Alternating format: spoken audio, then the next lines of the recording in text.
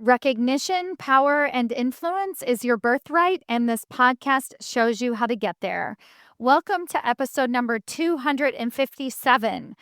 Today's episode, I'm interviewing a friend and colleague named Moe Carrick.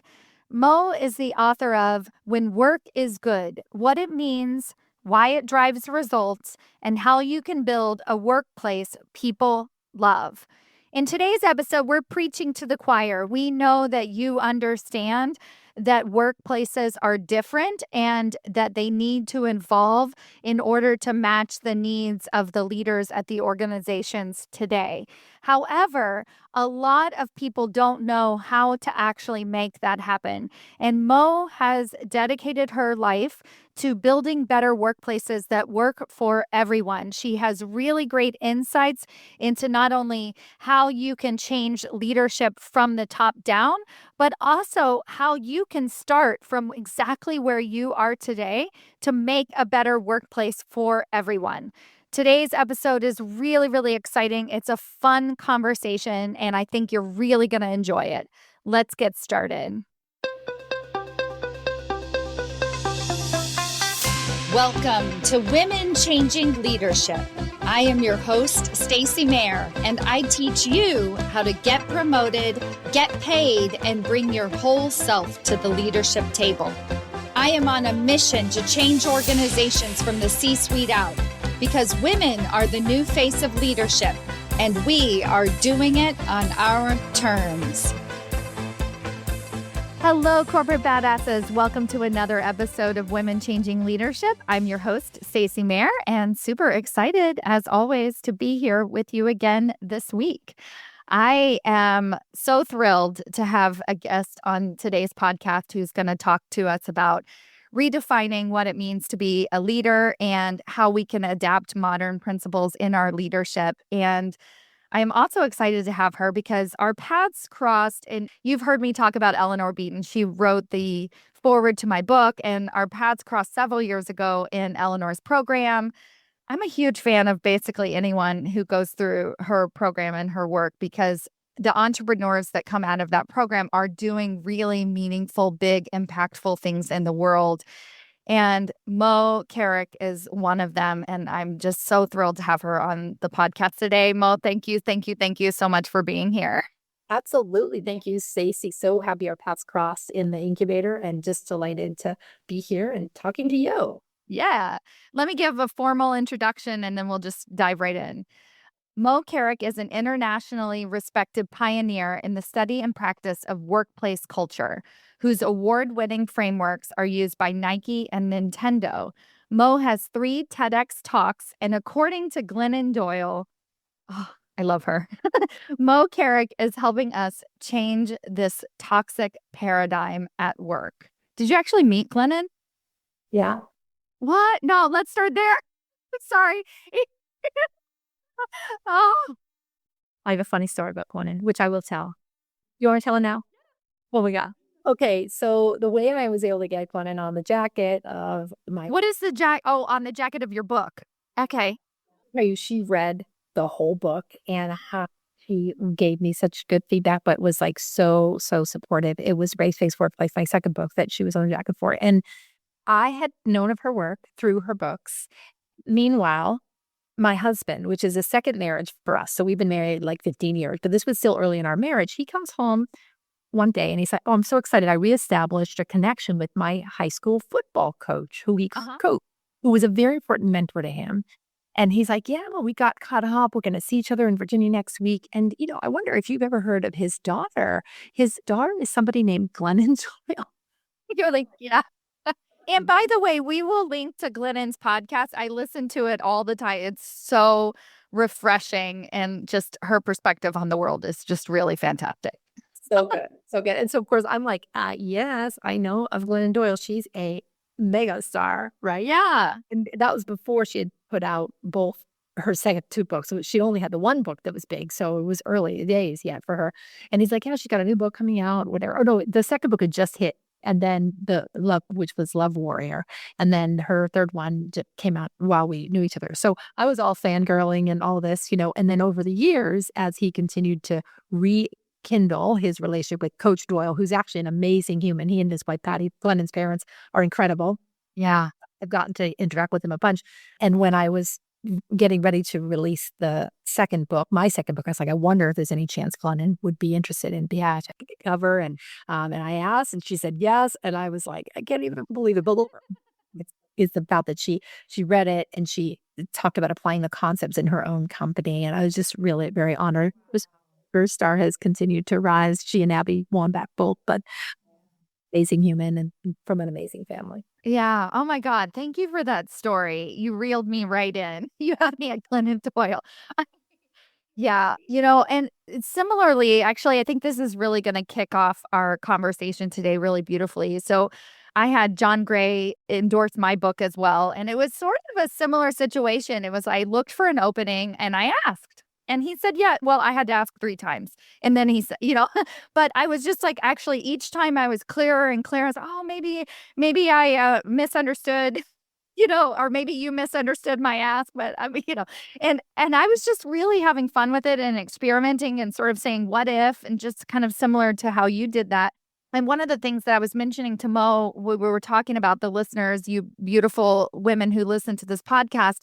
And I was telling her that many of you have no problem raising your hand. So you're speaking up, you're raising your hand, you're asking, but you're not really finding yourself in those influential positions, that seat of power. People aren't necessarily following your speaking up. And then Mo brought up a really great point that we might actually be penalized for that as well. And so it might be working against us in a lot of ways. So actually, let's just kick off the conversation there. What kind of rings true to you when I mention that? Yeah, well, it's interesting because do you remember, I'm sure you do remember, Stacy, when Sheryl Sandberg's book came out, Lean In. So when that book came out, I, of course, like everybody, I was like, oh, gotta read it.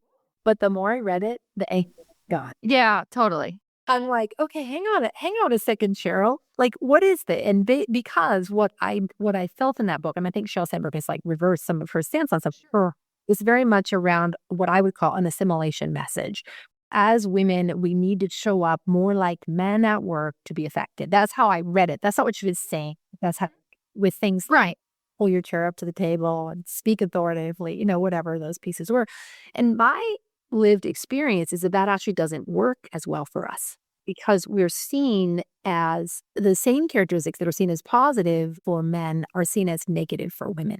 And so, a man, the example you and I were talking about before we started was like a man who shows up in a commanding, assertive way is seen as leader-like at an executive level. A woman who shows up in a commanding and assertive way is often penalized. She's seen as cold or uncaring or maybe even the B word for the same exact behavior. So it's a mixed message that we get around assimilation. On the one hand, it's like, yes, this is what a good leader looks like, be like this. But when we then be like that, we are given negative attribution instead of positive attribution. And that's a lot about the cultural norms that show up unconsciously about how women should be and how men should be that are actually very outdated, but they still live very much in our world. And I would add a little caveat there, which is I think that's particularly true for white women who are enculturated around being supportive from a very young age, being supportive, being nice. Mm-hmm. But when we then show up as, let's say, assertive, commanding, we raise our hand, we lean into conflict, where that runs in conflict with the social norms around society, expecting us to be nice, to be supportive. We get a negative attribution, whereas men are seen as being authoritative is a good thing, so that carries forward. So I think it's complicated, isn't it? Right. Actually, part of that complication and being the a culture expert that you are, and now we can dig into this, is I'm hearing 2 cultures at play. So we have a corporate culture and then we have a feminine culture or feminine expectations, right? So gender bias is based on culture. It's society. It's who we are. It's like what we're facing on a daily basis and our identity. So what I'm hearing from you is that we're trying to adapt to a corporate culture that has very specific rules and that we kind of don't really understand. And then we try and play it and it doesn't work for us. So then it's like, okay, well, what are my rules within the system and so on? Do you see that there are multiple cultures at play? Totally. And I do see it completely. And I think that much of the cultural mythology around masculine and feminine characteristics in terms of leadership is now outdated. But it lives on out interruption because Okay. how firmly entrenched it is. And I'll give you an example because these outdated ideas of, for example, what leadership looks like harm women, but they also harm men. I was just talking with my stepson and daughter-in-law this weekend because they're expecting their first baby. He's in high tech, and he was saying that he's going to take his full paternity leave. And I was like, good job. Like, that's awesome. I think he gets 3 months of paid leave. I've seen in my clients that despite so many clients offering now equal leave for maternity or paternity, many men don't take it. And when asked, why are you not taking it? They say, I'm concerned about career derailment. Now, this reinforces a notion that is outdated, right? Which is that men can be good carers as well and can take a family leave without having it interrupt your career, which women have been trying to prove for 100 years. And so now men with increased paternity leave, which is more equality, are encountering the same societal barriers that women have been facing for ages around that tension. So I think that all of that is true. And here's the piece that I would say to you, Stacy, from my heart, and I'll be curious if you agree with this. COVID-19, to me, and what has happened in organizational life as a result of the global pandemic has given us a huge opportunity to debunk those mindsets once and for all. Because we can see now that the way we were doing it before actually is not working. And so we have a chance. I see this particular moment we're in right now as a chance for a real do-over around how we work and how we lead. I get anxious the farther away we get from the global pandemic that we're going to just revert to the former ways. And so that makes me anxious. But what do you see?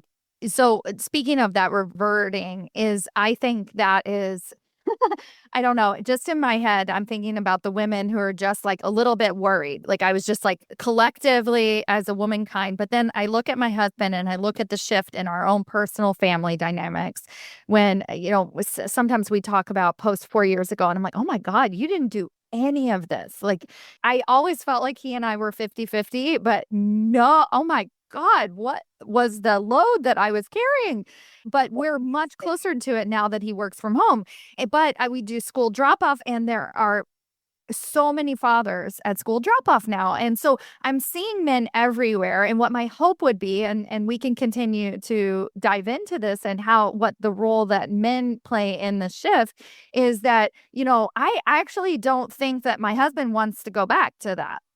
Like, he's like, if I can make money and I can keep this going, I'm going to take the full paternity leave. I'm going to work from home and I'm going to kick ass at work and I'm going to keep growing my career and all the things. And so I think as women, I breathe a little bit a sigh of relief that we have a little bit more support, on our side. And that would be my hope is that also these men's eyes are open to what's possible and the life that they can create for their family and also for their career at the same time. I love that. And good for you and your husband for like navigating that. What is real for me, what I sit with almost every day as both a wife and a sister and a mother of men and son-in-laws is that men are actually in trouble. Like we look at opioid addiction, we look at victims and perpetrators of gun violence, we look at depression and suicide in young boys and men. The rates are very, very high. We've got issues around how men are being supported for their mental health. We've got long-serving data. Like if you look at the Harvard longitudinal study on well-being, which is the longest running study of what really matters in the end, the result of that study is what matters in the end is relationships. When we're on our deathbed, what matters is the quality and caliber of our relationships. And men who were initially at first the biggest subjects in that study have often found themselves at the end of their career or at the point of retirement feeling a gap, feeling sadness, loss, not having the primacy of those relationships with their children or their spouse, which is really tragic when you think about what that must feel like. And of course, if women only become the kinds of executives that men have been for 100 years, we too will find ourselves. Right. Oh my God. Yeah. So we've got this chance to say for all of us, for women in terms of being able to be supported in our ambition, in our economic success, we will be better when we have more equality and equity at work. And for men also in terms of the quality of their relationships, the ability for them to be mentally well and upright. They also need high quality relationships at home and at work. And I think that's been a real negative consequence of the Yeah. Yeah, yeah. So let's go back to the first story, not Glennon Doyle, but the one after that, where we were talking about this idea of assimilating and trying to fit in as a woman in leadership. And so I have specific ways that I work with women to bring them whole selves, quote unquote, to the leadership table. So, how do we work within what an executive sounds and thinks like, but in our way, under our terms? But I'm curious from you because you're kind of talking about that. I don't want to say we're wrong, but maybe we're wrong, like in how we think. Like there's this modern executive leader that exists, right? And so what we're striving to fit into might be the wrong model. So I'm curious from you, like what that means. Like what's the new executive leader and how do we figure that out? Well, there's like what I hope that it's becoming and Okay. what I see Yeah. did, and then what is becoming. One of the pieces of data that I love the most is Michael D'Antonio and I can't remember his co-author's name. They wrote a book called The Athena Doctrine about 10 years back. And it was a result of a huge study that asked two questions. One was, what are the qualitative dimensions of leadership globally that we're going to need in the next 50 years? And the second question they asked is, which of those qualities do you see as masculine or feminine? Oh, okay. And what was really interesting about that study, which had more than 100,000 pieces of data to it, was that the qualities that were seen as critical for the next 50 years were largely things like empathy, resilience, flexibility, curiosity, humility. And those also were seen as largely feminine. Now, the other characteristics that we might see as traditionally masculine, like decisiveness, risk taking, assertiveness, they didn't fall off the chart. They didn't become like unimportant. They just became less important than these other characteristics. So for me, that data set really represents this sea change that I see happening in the world of work where connection is the key to performance. Mhm. That's what we talk about in my firm all the time. So those skills of how we create human connection, how we activate the talents of our people for success become the most important ones for leaders, which largely fall in the realm of emotional and social intelligence and change, agility, and resilience, which are not what we have inherited or been taught a good leader looks like. Right. But it is what we do. And so that's where I get very excited because I'm like, when I say that my clients are corporate badasses, it's because they are. Like, it's like, no, they're doing it all right. It is actually everything you've just described is what they're doing. Are they being recognized for that? Not always. And so I'm like helping them clip over that line. Totally. But I love that. Well, and many of my clients are men who actually haven't been enculturated to bring forward those emotional intelligence skills. For example, Jennifer Boson, who's a University of Florida researcher, she talks about how men have been given a very narrow band of emotional expression, which leaves them really stunted at people leadership in today's world, which is why a lot of our clients at Momentum are men. Now, Yeah. and women have been enculturated with more emotional fluency historically, except for the expression of anger. So to your point, we have like maybe more natural strength around these characteristics that are required for leadership Yeah. of the future. The hard part is that corporate America and the global West hasn't really caught up the kind of leadership that we need for tomorrow. And so this impacts us, I think, as women, because we have trouble figuring out what is my authentic way of showing up. Right. Also, how does that fit in the somewhat archaic construct of corporate America? Because the beliefs are changing, but they're changing slowly. And so I'll give you an example from my own experience, Stacy. Before I had 3 TED Talks, I wanted to be on a TED stage. And so I applied to various TED events. And one event in particular, I came very close. I was a finalist, but my talk was rejected. And the organizer agreed to meet with me to give me some feedback, which I was really grateful for. Why did my talk make it? And the feedback he gave me was really gutting because I was talking about what my later talks ended up being about, which is how do we build human-centered workplaces. And what he said was, we love your talk. It's awesome. The work you're doing, the research is really powerful, but your pitch to us was so businessy. Don't think it will appeal to our audience. It's too facts and figures, ROI, analytical. And I was like, me? I'm not waiting. And it was one of the first times where I noticed how deeply I had assimilated Right. into the dominant culture, which was that I kind of, in my write-up, I kind of had missed all of the Moe-ness that actually is important in my message and what it has I'm saying. And so I had to like really look at that. It took me a couple of years to be like, how do I undo some of that assimilation, that business head, which is strong in me. I learned how to do white guy, Mhm. but what they were saying to me was, no, we don't want that. We want Moe. Good. Good. Nice. I can admit I believe. How do I show up? And I had a lot of fear, and I bet your audience does too, because I had been burned in the past. I can remember when I was early in my career, like, don't be such a bleeding heart. Don't be so emotional. Don't care so much. And so I had like kind of orphaned parts of myself.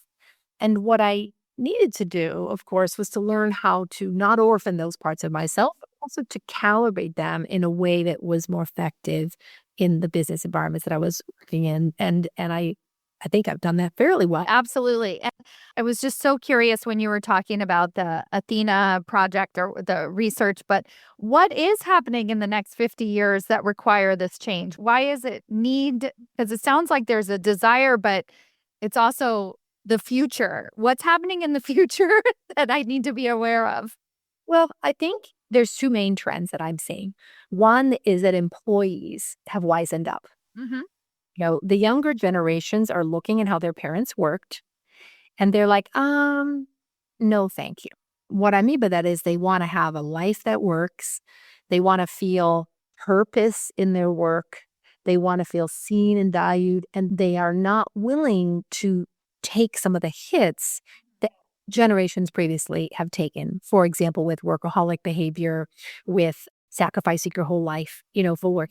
Employees are becoming much more discerning about where they want to work, what they want to do, and who they want to work for. So employers are going to have to up their game or being able to tell the story of how they are an employer that will activate people's great stuff in order to get and keep the talent they need. So I think that's one definite trend.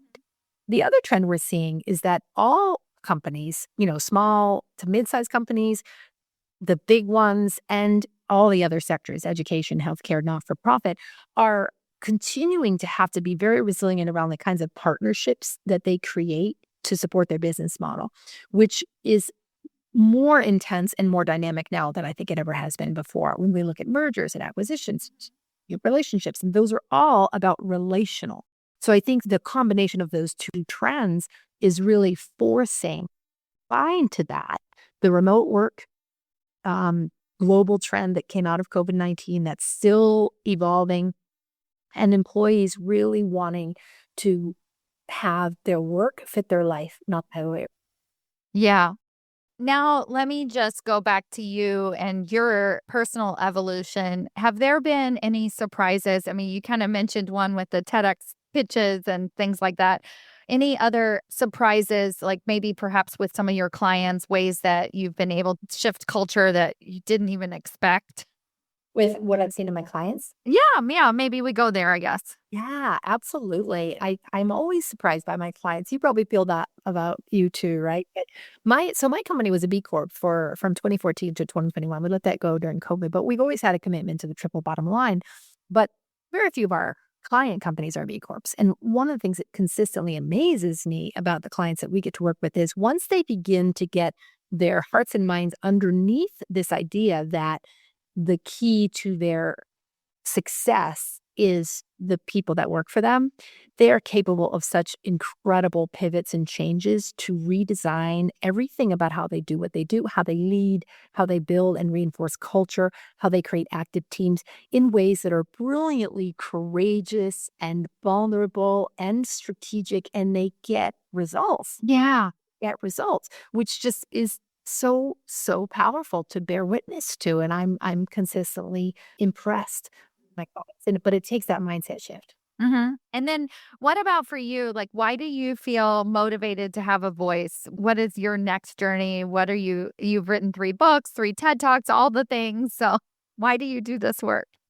Oh gosh, I love it. I think the reason I do it today is because I believe that we deserve to thrive and be well at work, and I believe that when we do, everything is better. Mhm. Business results are better. our family health is better, our communities are better, which makes the world better. So I've got a very Pollyanna type view, particularly because we spend more time at work if we're working full time than we do anything else. And I would say coincidental to that is my belief that work is hugely significant to our identity. I think as humans, we're hardwired to work, whether we get paid for it or not. I want to do something that matters. So for me, what energizes me right now is the next generation. It's the young people coming into the workplace, coming into even the work I do, the work you do, who are going to be the ones at the helm of every organization in the land, watching how they want to do it, watching what they think is possible, and then uplifting and supporting those new models and new paradigms for leadership and culture. That's what excites me, is training the next generation. That's amazing. So, anything else that hasn't been said already that you want to share to a woman looking to advance her career and feeling a bit stuck, can't figure this out? I bet you say this all the time, Stacey, but I guess, what comes up for me is this expression that you are enough. I think as women, ambitious women, we sometimes deeply internalize the message that actually we aren't enough because it's hard. It's hard to activate our dreams. It's hard to make bank. It's hard to get those strategic jobs that we want at the senior levels. But it's a journey that is so worth persisting. But in order to do that, we have to really stand in our own courageous conviction that we are enough as we are right now. We don't have to become someone different to achieve what it is we want. I know for me, I have to remind myself of that every day, because some days I wake up and I'm like, am I actually the right person that can scale this company? Yeah. Yeah, I had to do this. I had a conversation. It was actually about my kids, and I kind of stood up for myself and said no. But then I was proceeded to get a ton of feedback on that, you know? And I remember, like, through my own personal work, and I think that's basically what I did. I walked away, I put my hand on my heart, I said, I am enough. And I actually told myself I didn't need to take any of that feedback. I was like, I'm good. I'm totally good with my decision. I am enough. I am enough. But to your point, it's like this is the work, right? Like this is what we're going to have to keep coming back to as we grow, and we'll grow a little bit, and then we have to remind ourselves because we'll get something random's going to come our way and test us. And yeah, you're ready. Right? If we can filter the feedback and we can think through, like, what about this do I really need? Yeah, exactly. What about this is not important? It helps us stay true to where we're going, what we believe, and also what we need, which I think so powerful with your story around being able to articulate, actually, this is a boundary or this is a thing that I need. And well, for you, oh, well, too bad, so sad. Oh, maybe later we'll talk about your needs. Yeah, yeah, totally, totally. So, how do people connect with you, find you? What's the best way to learn more about your work? Oh, absolutely. Thanks for that. So my website is always a good spot, momentum.com. It's spelled with an E, which is how my name is. And on the website, there's a free resource called the People and Culture Health Check that could be really awesome for your listeners. It's just right there on the site at the top of the homepage. It's a free 10-minute assessment that allows you to really gauge how is your team or your company doing in terms of the three critical levers for making work good. That's a great resource. I'm also on LinkedIn, just with my name, Moe Carrick, and I'm on Instagram too, more for fun, but I'd love to connect with your listeners there as well. Wonderful. Thank you so much, Mo. It was great to reconnect with you as well. And thank you for sharing all your wisdom today. Thank you, Stacey. Thanks for having me. Keep up your good work.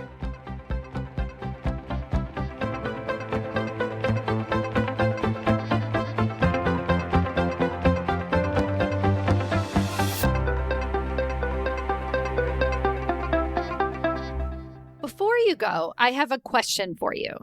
Do you know how close you are to your next promotion? Really? Not what your boss has told you, not what you even believe to be true, but have you actually taken the time to sit down, take an assessment, review the 5 categories that it takes to get promoted into senior executive leadership positions, and decided where you fall in each category, and given yourself a ranking on a scale of 1 to 10 of how close you are to getting your next promotion? Have you done this? Well, now's your chance. If that feels interesting to you and you're like, hey, I want to know exactly how close I might actually be or how far away you might be and what it's going to take to get you even closer, then I invite you to take my promotability quiz. This is a quiz that I put together with practical tips that actually tell you where you're lacking and where you're winning. What are the areas that you actually need to improve and not necessarily what your boss is telling you all the time, so that you can take concrete steps towards landing that next promotion and changing the face of the leadership table. Go to yourpromotabilityscore.com to take your free assessment today.